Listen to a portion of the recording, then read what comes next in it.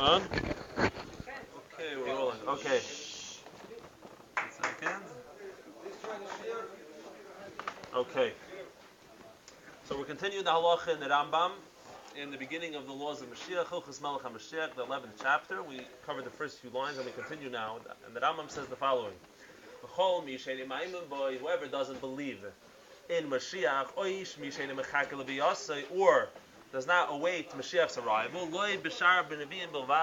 not only is he a kofer, a denier in all the prophets, rather, furthermore, like he's a kofer in Tatum Moshe Rabbeinu. So, there's a famous question that people have. What's the chilik? It says whoever doesn't believe believe in Mashiach or wait for Mashiach. So, without giving an actual answer, but a few weeks ago, a Frey told me that he thinks the Mashiach, he says he thinks Mashiach is a beautiful, amazing idea, and you always have what to look forward to. You have to believe in a perfect world. But practically, of course, it's never going to happen. But this is the vision that drives people and it makes them do good things. So I told him that it made me understand for the first time, Shad the Rambam, that it's possible to believe in Mashiach, but you're not Machakil of the Yasa, right? The concept, which is very beautiful to believe in. But in any event, the Rambam says, and how so? So he goes ahead and begins bringing rayas from the Torah. At the end, we'll say that the Nevi'im are not big rayas, because all the Nevi'im are Malay and B'davar Zeh, they're absolutely full of discussing this concept. So he says, Sharei HaTorah He'ida Allah, because Torah testified about Mashiach. Shneimar, where does it testify in the Torah? He brings his first proof. It says in the Torah, V'shav Hashem l'ikecha shvuscha. Hashem will return your captivity, v'yichamcha, and have mercy on you. V'shav v'kibetzcha, he'll gather you in together. Even if you're going to be scattered to the ends of heavens, Hashem will bring you to Eretz Yisrael. There's raya from Atam Nitzavim. Many people, I saw that Ibn Ezra, everyone learns that this is Kavayachal, the starkest raya, the strongest raya for Mashiach in the Torah. You start searching through the Torah, you're looking for Mashiach. Who's take Mashiach in the Torah? So they say that at the end of Devarim, in Parashas Nitzavim, right? So it describes the terrible punishments going to happen to the Jewish people, and it says that they're Vayitchem Yalad Vasam Ba'af V'Chemel V'Ketzav Gadol, and Eretz Yisrael is going to be so desolate and barren, mamish, the way Slim and Amaydo were, an empty land, and it's going to be geferlich, and the Yidden are going to suffer. Then it says at the end of days, right? It says the Yidden are going to take it to heart. They're going to do tshuva, right? V'Hashivoysa Elu B'Vecha, you're going to take it to heart. You're going to return. V'Shavtu Ad Hashem Lekech, you're going to return to God. And then V'Shav Hashem Lekech Shvus Hashem will return you from all the nations that He scattered you there. And it says, even if you'll be at the ends of the heavens, from there God will gather you in, Misham Yikabetzcha, and He'll take you, and He'll bring you to Eretz Yisrael. And He'll do good to you and increase you even more than He was to your ancestors. Okay? So, very interesting. The reality is like this. So, the Torah is full of teichacha, curses and klalos and inyanim, and then Hashem says, if you do tshuva, I'm going to bring you back, and it's all going to be good. Right? So the Ramban has a shittah. The Ramban says that the klalos in Sefer Vayikra, 48 or 49, the klalos in Vayikra, B'chukai Yisai, are actually referring to the first Beis HaMikdash. And if they didn't do the sin, and referring to the first Galus. And the ones in Devarim, in Parshas Kisavai, and then later on, right over here in Nitzavim, are referring to the second Beis HaMikdash, our Galus that we're in presently. And he brings a number of very interesting, compelling rayas where he compares the two in Yad and back and forth. So he says, for example, that if you look in the first Churban, in the first Teichacha, in Sefer Vayikra, it talks about Avodah Zarah a lot. It says the Yidden are going to serve Avodah Zarah. He says all of a sudden you reach the second one, it talks about Aveda and Shtim Vart. You're not going to see one mention of Avodah Zarah. Fascinating. Avodah Zarah is the big Aveda. So he says, we know the answer, the famous Gemara in Yuma. The Gemara says in Yuma, the following, it says the Bayis Rishon Mepnei Machar. Why was the Beis HaMikdash destroyed? Mepnei Avodah Zarah Gila Arois HaShvechas Damim. That's what they were doing. Bayis Sheni Zok the Gemara Anu Bekiyim Behem. We know the Bayis Sheni. With the Anu Bekiyim Behem, we know who the Chevra were. We know who the Tanoim were. We know what was going on. Anu Bekiyim Behem. Shahu Iskim B'Toiro Ubegmilas Chasadim. They weren't doing Avodah Zarah Gila Arois HaShvechas Damim. Why was the Beis HaMikdash destroyed? Mepnei Machar. And for the Gemara, Mepnei Sinas Chinam Shahu Beineim. Right? The Ramban brings down this Gemara. The Ramban says it's very verstandig why in Vayikra it talks about Avodah Zarah and Devarim not, because it's a different galus. But the Yidden didn't serve Avodah Zarah anymore. They just weren't doing the mitzvahs properly as Hashem wanted them to.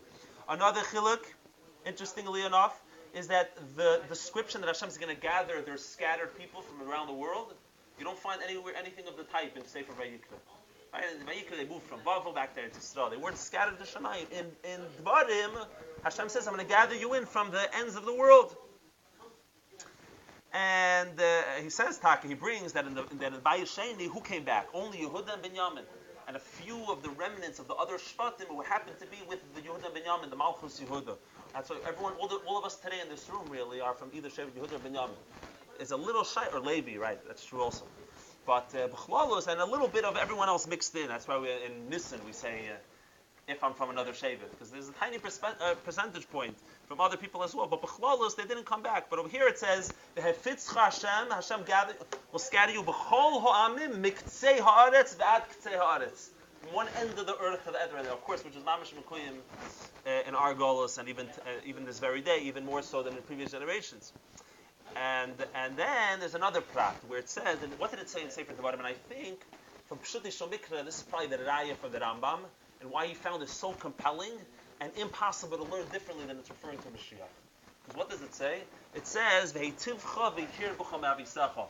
He'll be good to you and he'll increase you more than your ancestors. You'll be even more geshmaka than the ancestors.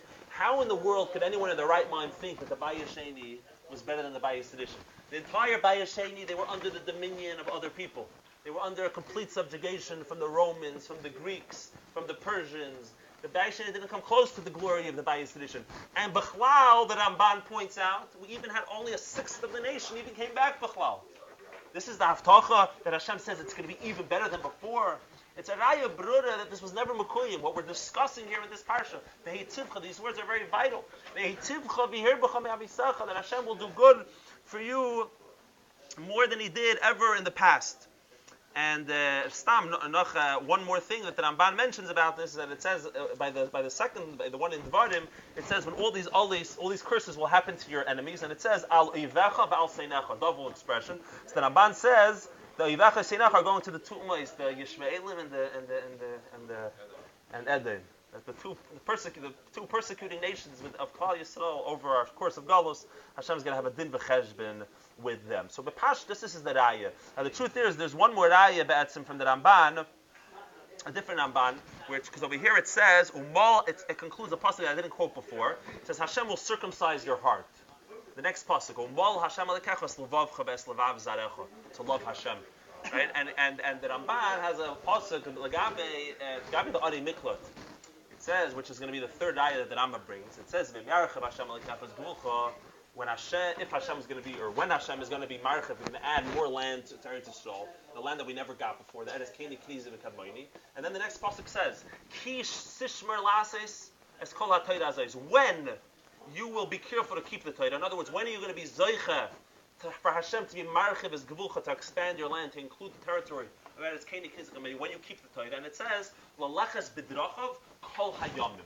The question is, what does Kol Hayamim mean? Kol Hayamim implies eternity, the Ramban says. How could Hashem say, when you keep the Torah for eternity, Kol Hayamim, then I'm going to be Marchav as Gvulcha? What's Paramaisis? Doesn't make sense. So he says, what it refers to is when you're going to be Zoicha through your Shmiras HaMitzvahs, to this Indian that the Eibusher describes over here, that Umal Hashem Lekechas Levavcha, that Hashem gets rid of our Yetzirah, our Taivus, Umal Hashem basically makes us Tzadikim, then you're certain that it's going to go on forever, like it says, Leves Levav Zarecha, the children of your children, of your offspring, it's going to go on and on and on. So the Rambam, interesting enough, that this is the first Raya that Rambam brings from Moshiach, and the Rambam doesn't, the Rambam just quotes Bepashtas, he doesn't mention explicitly the part of the words, which is the key. And the Rambam doesn't either mention Umbal Hashem Lekechas Levavcha. So B'chol the Rambam learns that this is a very strong Raya. And we're going to see in a second, the Arishonim the more rationalist approach, the Ibn Ezra. And he taka says that the only clear Raya in the Torah is this. He says there's no way to get around this. This has to be referring to Mashiach, this parsha. Parsha never happened. And it's something that has to be Mekoyim. No, the Beheitivcha v'hirbecha me'avisecha, that Hashem is going to return you to Eretz Yisrael after being scattered miktzei haaretz v'ad ktzei haaretz, from one end of the earth to the other, etc. The Ibn Ezra says this is the one real Raya. Now let's look at the second Raya. Let's focus a little bit on this. We're not going to get so much to the third Raya today. The second Raya that Rambam comes along and says, and keep in mind, the main Raya we get from here is Kibbutz Golius, Sachako, right? Kibbutz Goliath. The Eibishter Vetan Kibbutz Goliath. There's actually a mice, interestingly enough, that in Hayir, when Israel was established in 1948, the modern state of Israel happened on a Friday. So that Shabbos, Shmuel Zalmanov came into 77. They saw the Rebbe roaming up and down with a chumash, very agitated. They came to the Rebbe, and the Rebbe said, they put down the sefer. The Rebbe says, "Does Gekuyim Devarin the Yidden return to Hashem b'chol lavav b'chol nafshecha?" Did this happen? Where it says over here that the Yidden will return, the Shavta, you'll return to Hashem l'kecha. V'shamata b'kin, you listen to His voice. You and your children. B'chol lavav b'chol nafshecha. That was the state of Israel. The Rebbe says, "How can shaychus I heard to?" The Rebbe said, "It has no shaychus in this pasuk to what happened over there." So. So this is an event which clearly the Torah is describing. A, the Yidden are going to do tshuva, right? And B, the Eibush is going to be Mekabel Zitchi Yisrael. Moving right along. Next that he says ve'elu hadvarim hamifarashim atayda. These are words explicitly in the Torah.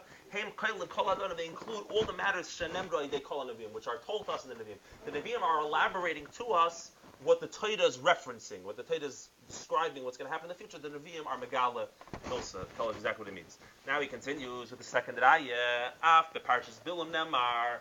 It says in the parsha of Bilam, V'sham Niba B'shnei Mashiach. He talks about two Mashiachs.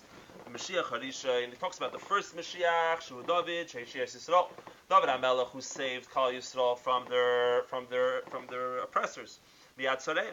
Mashiach Achron, and the final Mashiach who's going to arise from his children. Sheishias Yisrael B'achrein in the end of days. V'sham Huaymer, then he starts darshaning the Psukim. Okay, so now this Sadaya, we have to realize something very interesting. Again, the Rebbe points this out in Ha'ara and Asicha. If the Rambam ends up saying that the Nevi'im are Malayin B'davar Zeh, that the prophecies and the prophets are full of talking about Mashiach, I don't even have to talk about it. For sure, Chazal is full of things about Mashiach, right? The Gemara, the Midrashim, you can make 100 svarim of all the Midrashim, all the Inyanim about Mashiach. The Rambam is not bringing you a drash of Chazal that believes in Mashiach. The Rambam is trying to say that it's explicit in the Torah. So let's look at the parsha that he's quoting from, and this was never Mekoyim, and definitely Mashiach has to come. That's what the Rambam is quoting to us, Okay. So now the truth is like this. The truth is that Rambam is learning it. The Rambam is learning it that it's going on two prophecies, one on David HaMelech and one on Mashiach, and we're going to explain why the Rambam, why he's doing that, why he's going with this approach, and why it's so Yisraelistic.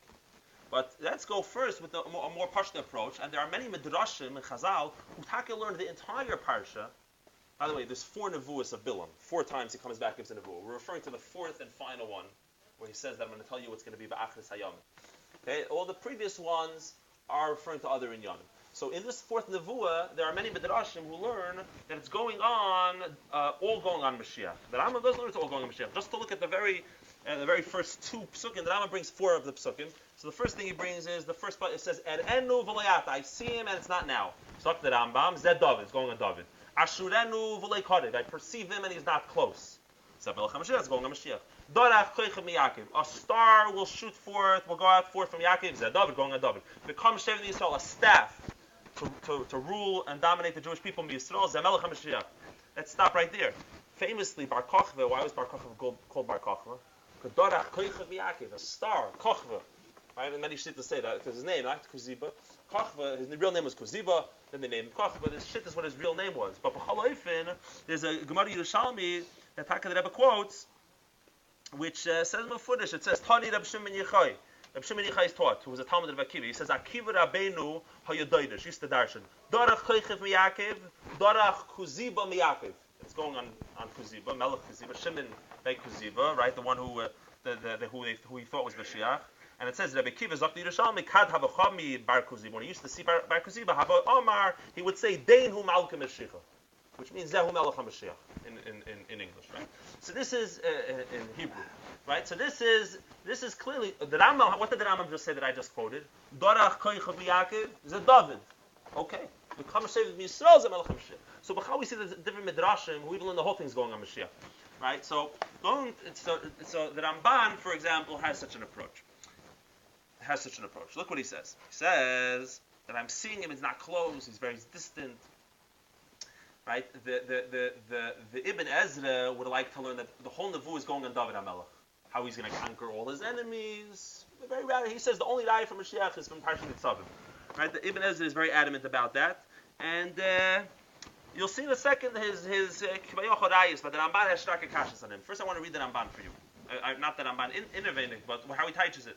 So at the end of Eliyato, I'm seeing it very distant. Why is he describing how distant it is? So the Ramban says that if you look at all the Nevi'im, all the prophecies, many times they prophesize about events which happen in the next few hundred years. Daniel, all the Nevi'im, Yeshaya Hanavi, all of them prophesize things that are going to happen in 200 years, 300 years. The reality is this is only 400 years away when David HaMelech comes about. He says you don't find any Nevuah which talks this way, so distant.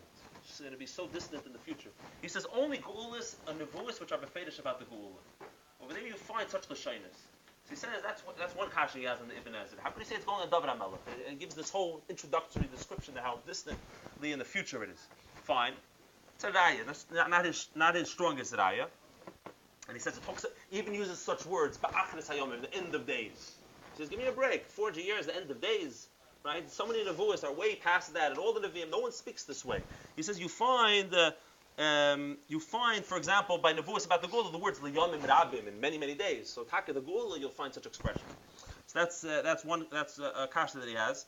In any event, he continues the Nevuah in the pasuk, and it says like, a star will go forth, a shevet will go forth. The Ramban learns that it's going kibbutz galius. That basically it's going to be a global ingathering of the exiles. That it's going to be a global event. That's what it means. It's like a star which shoots across the entire sky. It continues the pasuk. Umachatz pasi moyev. He will pierce. Machatz means to pierce. Like you pierce someone's brain, God forbid. You pierce thing of machatz pasi moyev, the edges of moyev. In other words, even a nation, he's talking to Moyev, so he's telling you what's going to happen to Moyev. That's to all the nations, like he says in a moment. But he says even the most remote edges of civilization, where you think you're going to be free, everyone is going to be pierced. Moshiach kumt arayin in everybody's life. He's getting mixed in everywhere, total domination, worldwide. Even the edges, passe, like the word payas, the edge of your face. Machatz passe Moyev, the most edge of the extremities of Moyev. The karkar kol b'nei sheis. He will undermine all the children of Sheis. Sheis is all human beings in the world come from Sheis. Adam, Hevel, and Cain were done with. Sheis. Everyone comes. He'll undermine all b'nei Sheis. Dr. Ramban, how could the Ibn Ezra say this is going on David HaMelech? It says kol b'nei Sheis. Right? He's going to control and undermine. Some people say it means annihilate even, but let's take the simpler, the lighter interpretation. Right? He'll undermine kol b'nei Sheis. Right? He says David HaMelech undermined kol b'nei Sheis. People probably the nations never heard of David HaMelech b'chlal. Right? Kol b'nei Sheis means all of mankind completely, not the nations immediately surrounding him. He says this is Kemel Sh'Pekum Gevadi, and he continues. Edom will become an inheritance, will become a conquest. Seir, his enemy, will become a conquest. And Jews will generate success, will be successful. And then he says, V'yerd v'Yaakov, a ruler will rule from Yaakov, v'hevet sod in the year, and he's going to annihilate every survivor from any city. So after Ramban, it means every city in the entire world he's going to annihilate. So obviously we don't mean literal annihilation, but it's trying to bring out even a stronger level of domination than we mentioned previously. In other words, he's going to so dominate, there's not going to be a single person who could escape his grasp. There's not going to be a single survivor. That's what it means. No survivors. Right, the Hevet Sarim here. Then he continues with the Nevuah. Those of you who are familiar from Chitas know a little bit, because Rashi also interprets it differently. But it says he saw Amalek, by Yaris Amalek. He said, he was the first guy, the first one to attack the Jewish people, but his end will be eternal destruction. Then he says, Vayaris HaKeni, he saw the Keni. Now, why the Torah chooses to choose the event that it does is interesting. Chveis the answer to that. It says he saw Keni. Keni is the family of Yisrael and us. And he saw that Cain was living amongst the Amalekim. So he told them, he's giving them advice. He says, strengthen your dwelling place, put your dwelling place in the rock, meaning amongst the Jewish people. Get out of Amalek, because Amalek's headed for destruction. And then he continues, according to the Ramban, this is how we're reading all the Psukim, because even if Cain will end up being destroyed, you will end up being destroyed. Because we know that Asher is going to come and going to exile all the 10 Shvatim, and you're going to be exiled with them, so you're going to end up being destroyed. So why join the Jewish people? They're going to end up... He says, Adma Asher Tishbeka. Asher was the one who did it, the Assyrians, right? Asher is the one who exiled the 10 Shvatim. So he says, how much could they take you captive? In other words, everyone's coming back when Mashiach comes. You join the Jewish people, you join the eternal plan. You're in for eternity. Right? He says, if you were with the Amalekim, you're going to be wiped out. You join the Jewish people, Adma Asher Tishbeka. How lost could you possibly become? And then he went on and he said, once he already spoke about Asher, he says, all nations come and go. All nations are going to disappear, including Asher, the most powerful nation in the world, who ended up Sanchedet Bilbul's Kol Ha'olam. He was so powerful that he took every nation and moved them to a different country. That's how powerful he was. He completely turned around the entire world. So that's what he continues and says, who could survive when Hashem imposes these things? And then he says, V'tzim miyad kitim, ships from the kitim. Who are the kitim? According to Rashi and the Ramban, these are the Edom, the Romans. The Romans are going to come and they're going to take Asher and exile them all over the world. In other words, in the end of the day, everyone gets exiled. And he says the Kittim are going to come, the Romans are going to come, V'inu Asher, Inu like Lashon Me'aneh, afflict. They're going to afflict Asher, and they're going to afflict Aver, V'inu Aver. Aver is the word we use for the Jewish people, Ivrim. Right? Ivrim, because we come from Shem and Aver, we associate with that family of Aver. That's why Yidden are always called Ivrim. The word of Aver Hador, that's a Drush. Yidden are called Aver. So he says they're going to exile. It's trying to bring out the paradox, how Asher's going to exile the exilers, Asher, and the exile, the Jewish people. V'gamhu, and then he talks about the Romans, and this is how he concludes the Nevuah. V'gamhu adei oivid, and he too will be destroyed forever. Right? In other words, the only one survivor in the end of the day, and then Vayolach Bilam Lim Kaimai. Right? That's the end of the thing. Now, of course, we know Asher wasn't directly conquered by the Romans. First, Asher was conquered by the Bavli and by the Babylonians, the empire, and then by the Persians, and then the Medes, and then the Greeks. But the same empire kept being passed down. So with Asher, which ends up being conquered by the Romans, right? That basically they get their culture and civilization gets completely nullified, and then in the end, V'gam hu ad Yevid will also be utterly and totally destroyed, right? Now, Pshut Shemikra, if you read this. There's a number of rayos which would point that it's referring to Moshiach, the very nature of it. And just to take two or three of the rayos of the Ramban, first of all, V'karker kol b'nei sheis, all of mankind. What kind of thing is that? To annihilate or to destroy or to undermine all of mankind is yet to have been Mekoyim Gebarim, that this individual should do this. And fine. And noch rayas. The Ramban says, one last raya against Ibn Ezra, because the only other option is David HaMelech. David HaMelech was a big conqueror. He conquered Ammon, he conquered Moav, he conquered Edom, the countries around him. So that was the approach that Ibn Ezra wants to take. But another kasha that he had, besides for the kashas that I mentioned, that it's very shver to learn as and it's even impossible to say as because of a karka kol b'nei sheis. There's another prat, which is that if you look at all the nevuahs, it's building up in history. The first nevuah of Bilam was about the Yidden in the Midbar, and how zeicha they were, how beautiful it was. And then the second nevuah is of how they're going to come into Israel and wipe out the Knanim, and they're going to get Eretz Yisrael. The third one is how settled down they're going to be in Eretz Yisrael, how fruitful they're going to be, and how they're going to have a king who's going to wipe out Amalek. This is referring to Shaul HaMelech, and then it says the Malchus will go even higher, and it's all referring to David HaMelech. And then finally we have, and since we already discussed David and the Malachim, when we arrive at the fourth Nevuah, and he uses a new Lashonis, right?